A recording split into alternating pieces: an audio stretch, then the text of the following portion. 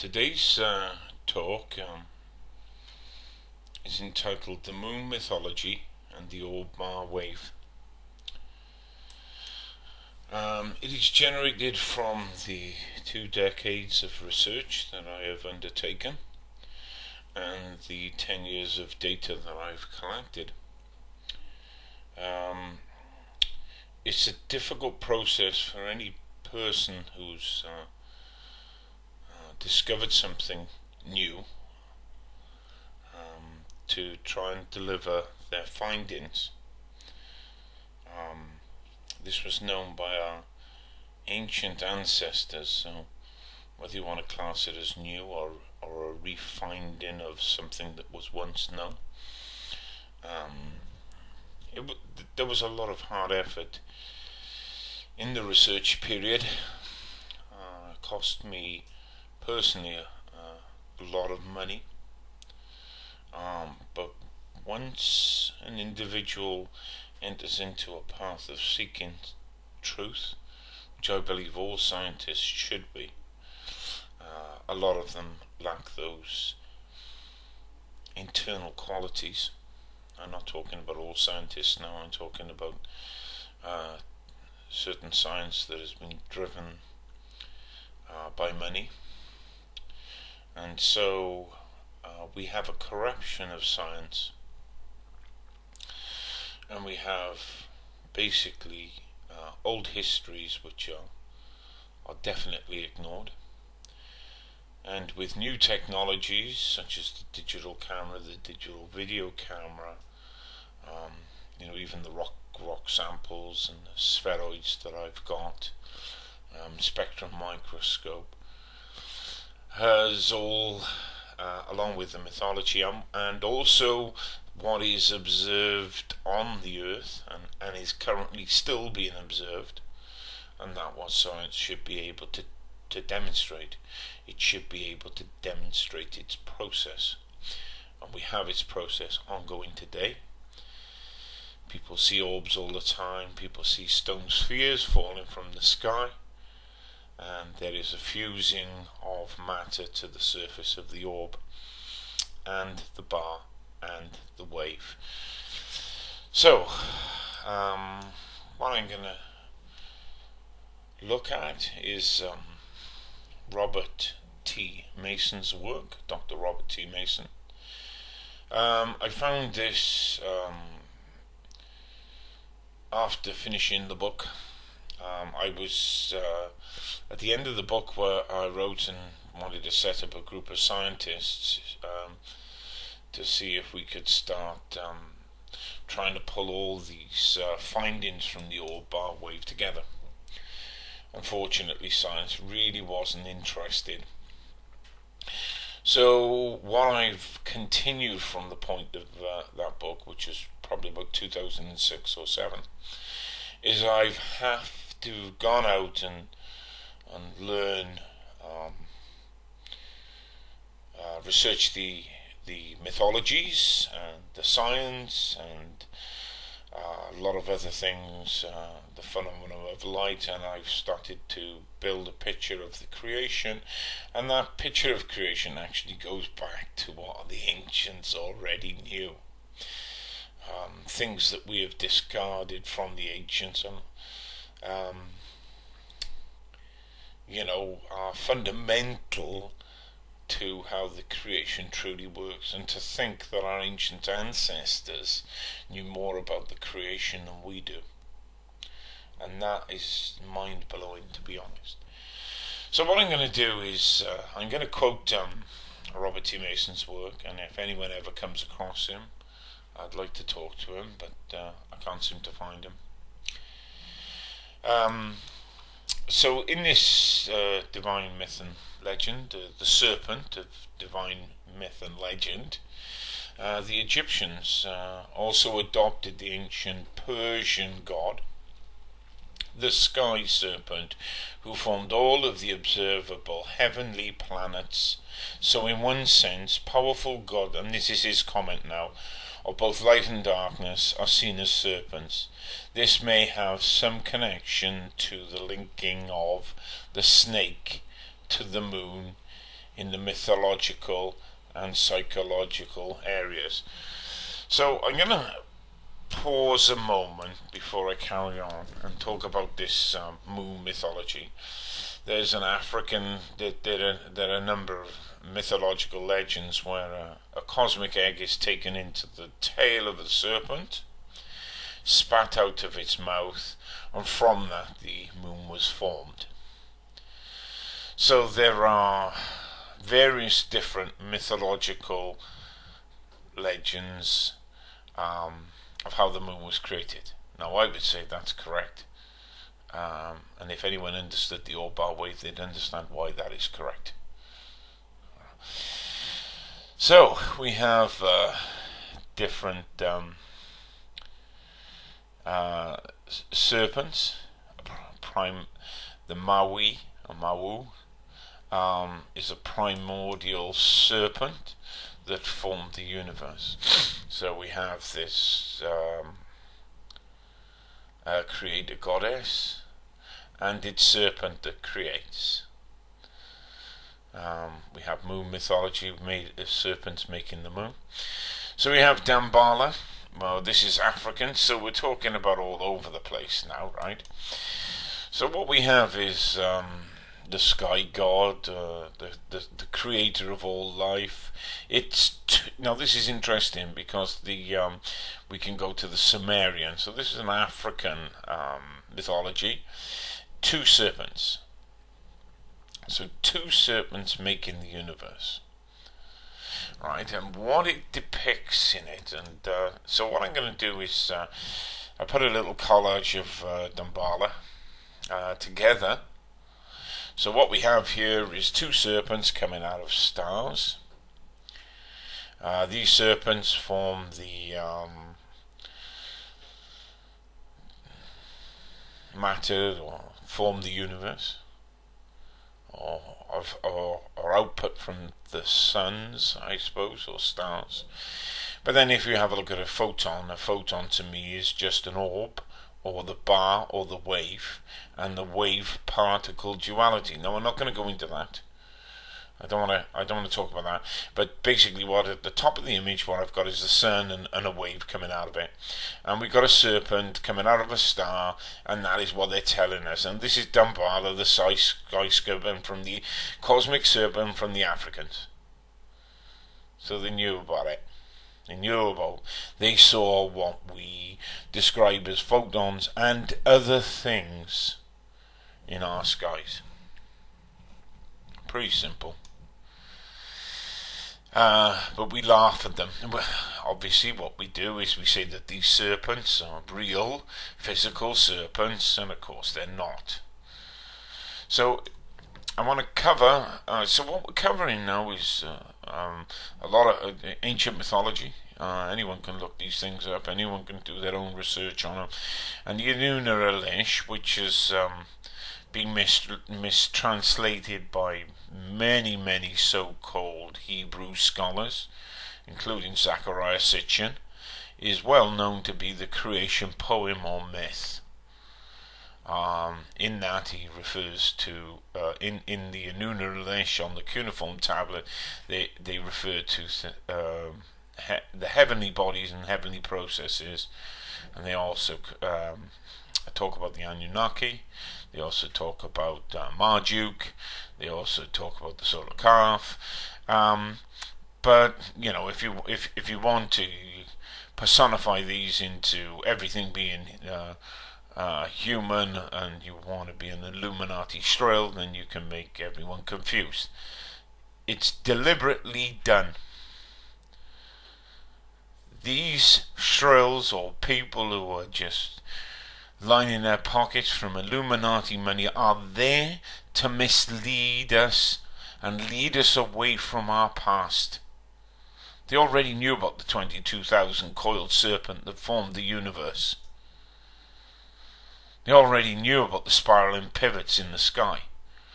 But Zechariah Sitchin misled us.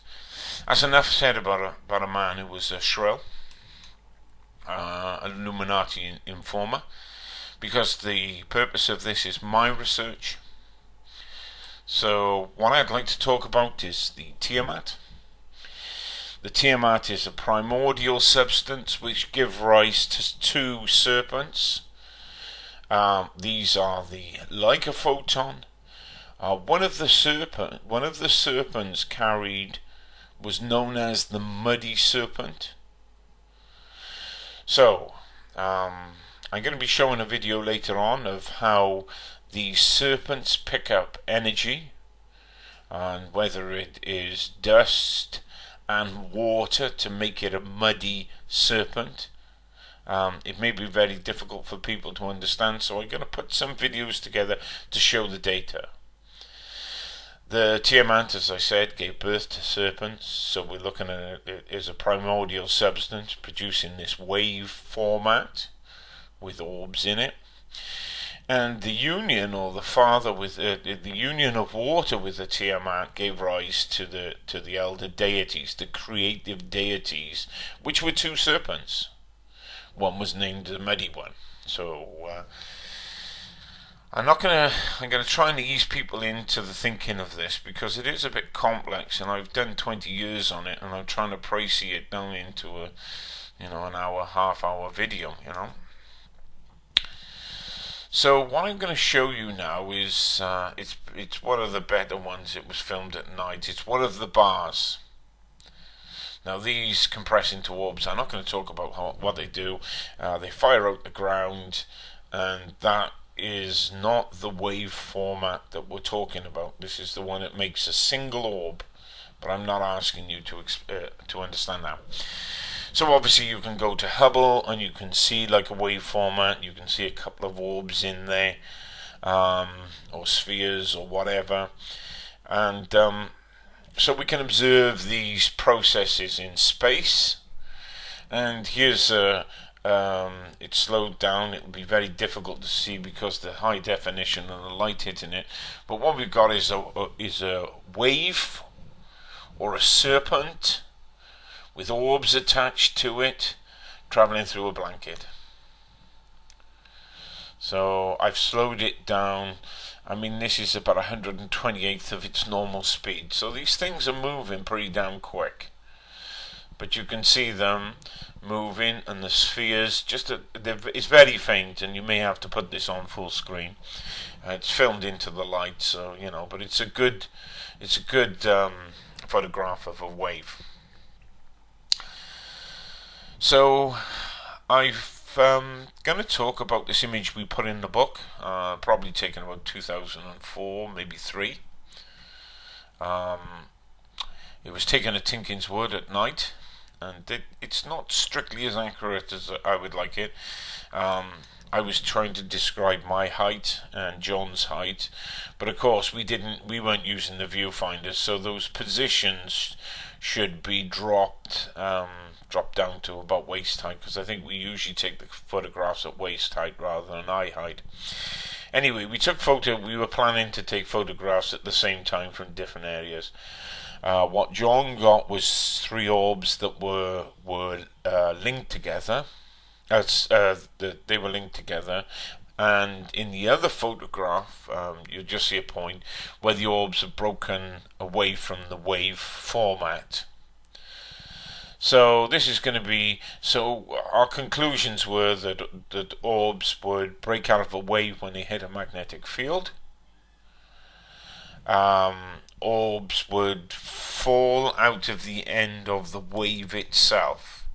Now, in about 2004 or 5, we gave talks suggesting that's what we observed. If you have a look at the tail, you'll see a couple of orbs just at the end of the tail.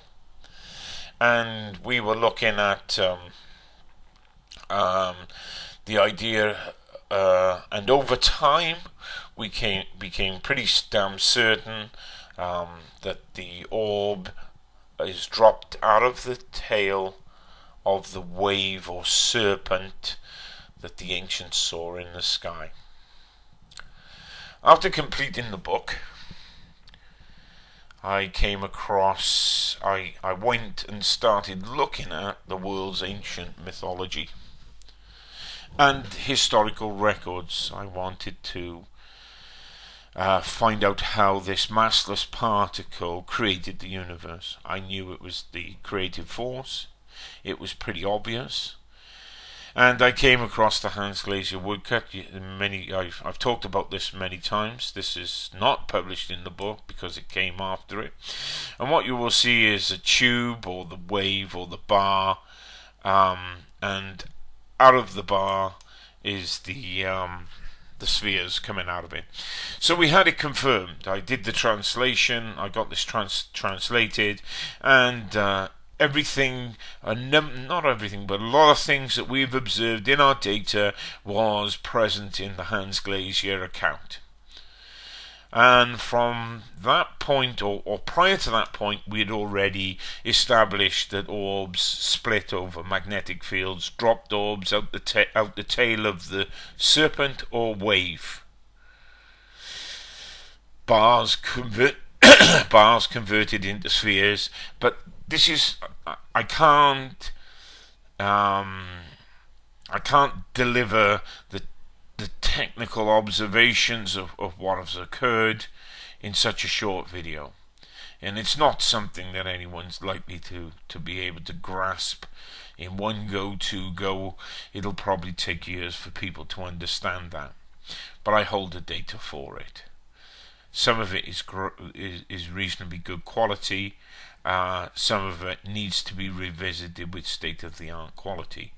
But at the end of the day, every time we've revisited it with 1080p high definition equipment, and it's only proved the same as what we were getting from a basic digital quality. So it's just reconfirming itself. It doesn't actually throw up anything that conflicts with it. And so now, what I'm going to talk about, and it's a pretty bad example of it, but the following video, what I've taken is a balloon. I've drawn my orbs inside the balloon. It's a long, straight balloon. That represents the orbs. I've charged it up. So, as these serpents, obviously I can't make it wave, I haven't got modeling, 3D modeling, but it'll just give you as this wave hit the magnetic field of the Earth, right, it picked up charge and material from the Earth. And so what you can see now is the material sticking to the bar, or the wave format. And so in the Tiamat, the two serpents, one was a muddy one. So you can imagine now these two serpents traveling across the universe, maybe coming to Earth, or that these are just speculative things now. So the serpent comes in, rips all the loose material off the Earth, drops an orb, lightning strikes it, and the orb forms the moon. The other brother or sister deity, which is the muddy one, delivers mud and the deluge from the flood mythology. And so we have the water being delivered to the Earth, and the material from the Earth fusing and creating a hard moon. Many Newtonian physicists do not understand how the moon is so large for its proportional position from the Earth. It should really crash into the Earth unless it's hollow. So we have these serpents that the ancients knew about, the muddy one. They're not snakes. They're the energy of creation. So again, we'll revisit. What we have is a bar or a wave. I can't make it wobble, so it looks more like a bar. And you've got material sticking to it, which is the dust and silicate from the Earth. Eventually that charge will cause that sphere to break off, some of them to break apart, create many moons like in Saturn, fuse in electrically, and and they separate out of these waves. So on these planets where they got lots of moons, so we can see the orbs. I haven't put the close-up pictures of these, but these the one photograph is linked, and the others are broken apart, forming orbs.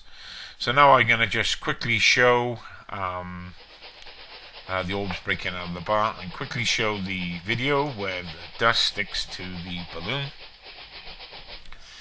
And everyone's going to say, well, this is really way out theory.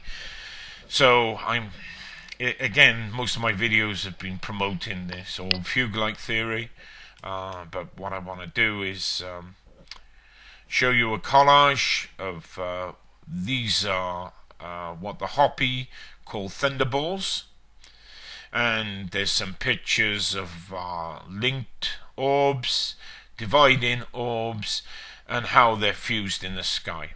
So, in 1921, rocks began to fall from the sky in Chico, in California. This was at the end of the Lassen Peak eruption cycle. The origins of the stones were never solved. Professor Studley studied it and couldn't say where they'd come from. They were not meteoric in nature. They were too round. They would have burned up. So it was. We already know that these are sky stones that form in the sky. I covered this a bit in my last video, but I want to show the large nature of how things work. A couple of months ago, or was it last year, there's a man holding a stone sphere. He's a French farmer, I think he was, or walking in the farm fields.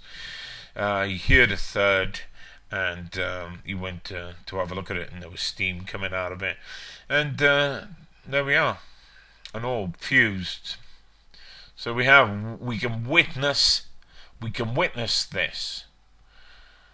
Here we have the golf ball crater. We can witness it. I was on an astronomy website, and these are important things that you need to consider. An object this big would have made a larger crater unless it was hollow. So we're getting this hollow theme now. We got the mythology, the serpents. We've got the moon that is too big for its orbit unless it's hollow. We've got these spheres. We've got an astronomy website saying that the golf ball crater should be hollow. If it had travelled through the atmosphere at 20,000 miles, it would have carved a half a mile crater. So it's an out of place from the theory. Well, the theory's wrong, basically. We're getting observations that are telling us that the theory is wrong. So I purchased some of these thunderballs, or the sky stones that fell from the floor, an 18th century idea, which is right. You can scrape the insides out, and some are hollow. So we have these hollow spheres. We have them on Mars. Well, we have them in the Mocky Marbles, or the Thunderballs, or whatever. We have them in the boulders in New Zealand. So we can observe these hollow spheroids. What can I say? So what can I say about the moon now? So the serpent has travelled across the universe. It created the moon from its cosmic egg. And here's a website, in Moongate. Moongate suppressed the findings of the US space program. William L. Bryan II presents evidence that the moon as a hollow sphere would ring when an asteroid or heavy... So he put the theory together that if it was hit by an asteroid or heavy junk, according to Dr. Bryan, the evidence provided by the Apollo seismic experiments also points to the conclusion that the moon is hollow and rigid. Now, if you go back to those samples, they're hard on the outside, hollow in the middle, and the ancients were telling us that this is the process of the Orb Bar Wave. This is a NASA website, just so you can look it up if you want it. Scientists on the Earth are obviously recording this seismic test. Said the moon rang like a bell. So it's a hollow spheroid, and that fits in with its position as well under the Newtonian physics.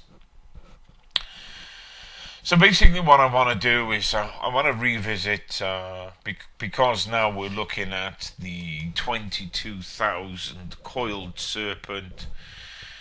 These coils are the coils that I've seen in the Orb Bar Wave, creating the universe, creating the moon, the mythology of the serpent, and pretty much is an accurate description of how the universe was truly made.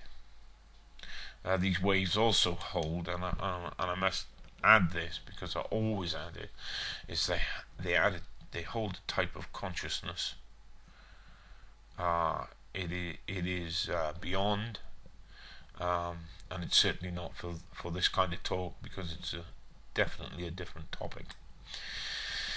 So I want to go back to Robert T. Mason's research. The Egyptians also adopted an ancient Persian god. So this sky serpent formed the planets, formed the moon. It's not a snake. And back in about 2004 or 5, when we started the orb research, maybe early 2000,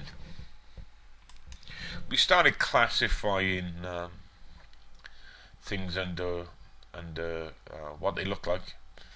So we had things like crystal orbs, or orbs with holes in, orbs with strands off them, orbs converting to bars, all types of different structures, mushroom orbs, trying to describe, and then we describe them by color, climate, condition. And one of the categories that we put in was planet orbs, and it was a bit of a joke. And until I found this mythology, probably in 2000, Robert T. Mason's work I found in 2009 probably. That site's been down for a while. I'm not sure how old the gentleman was. But when I found it, I was stunned. I have been stunned all the way through this research. I have not back engineered any of this stuff. The book is a representation of what I knew at that point. I hadn't found the Hans Glaser woodcut. I haven't found the mythologies of these serpents, although I knew that this was the stuff. Everywhere I looked and every theory that I was generating from it was producing reasonable results. I'm not saying that I got everything right. There's no way that anyone could take on a project this big and get everything right. But the evidence has just come back to me full-fold. So what we had is planet orbs. They certainly look like it. The mythology tells us that's how they're made. It tells us that our moon was formed out of a serpent. This is a wave. And so what I'm going to talk about in this next image, this is one of the moons of Saturn. It's got 3 ridges on it, 200 kilometers long. I've highlighted them with a white line. The Klerksdorp spheres, these are another one of these mocky marble type of effects. They're hollow inside. They've got the 3 rings on the outside, and there's a close-up of an orb with the 3 rings on its outside. So what we're talking about is a fused orb. So that is one of your planets. The ancients have been proved right, and my data proves it right also. In conjunction with the mythology, I think it's only foolish people would argue against this. But there are a lot of foolish people out there. I know nothing about plastering or bricklaying, and I know my limitations, but I also know that the 20 years that I've spent studying this needs to be given some credit at my own expense. So what we have is a particular shape in an orb: hexagons, pentagons. These are naturally occurring shapes.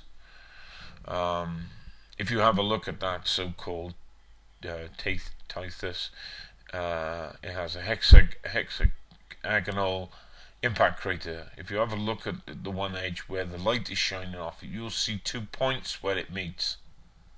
Sharp edges. It's not a round impact crater. You've also got that bizarre hexagon on Saturn. So this geometry that is or features can be seen in the Orb Bar Wave. So if something was fused into a surface of an orb, you would see some of the surface features of orbs in planets, and you've got them. You've got the 3 rings. You've got these impact craters, which science calls, which is absolutely ridiculous. I don't know what impact crater would create that shape. We have the moon Mimas, and again it has that high spot where the 2 areas throw off light. It's forming that shape. Anything that hit Mimas that hard would have probably broken it to pieces. There's no cracks in it. It's also got a band. They've got these bands around the outside of it, and they suggest that it was hit by 2 sides and compressed up. I don't know what they'll explain it as, but it's the ridge on the edge of the orb. It's just pretty damn simple. And so I'll end this talk of how the universe was truly created. It's my duty to share this with the internet and people. I know it's not particularly followed well.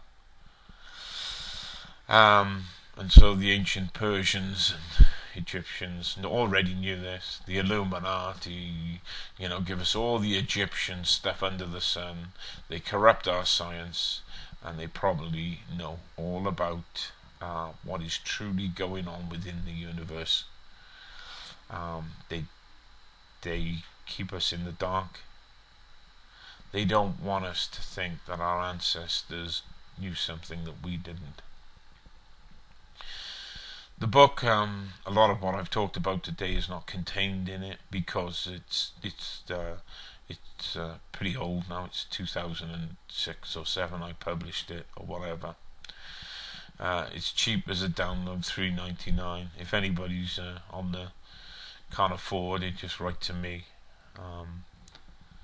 and I'll get a free download for them. The book is expensive in hardback copy, and I wouldn't suggest buying it, but it's the research up until that point. Thank you very much, everyone, and hopefully the truth will set us all free. God bless you all, God bless you all.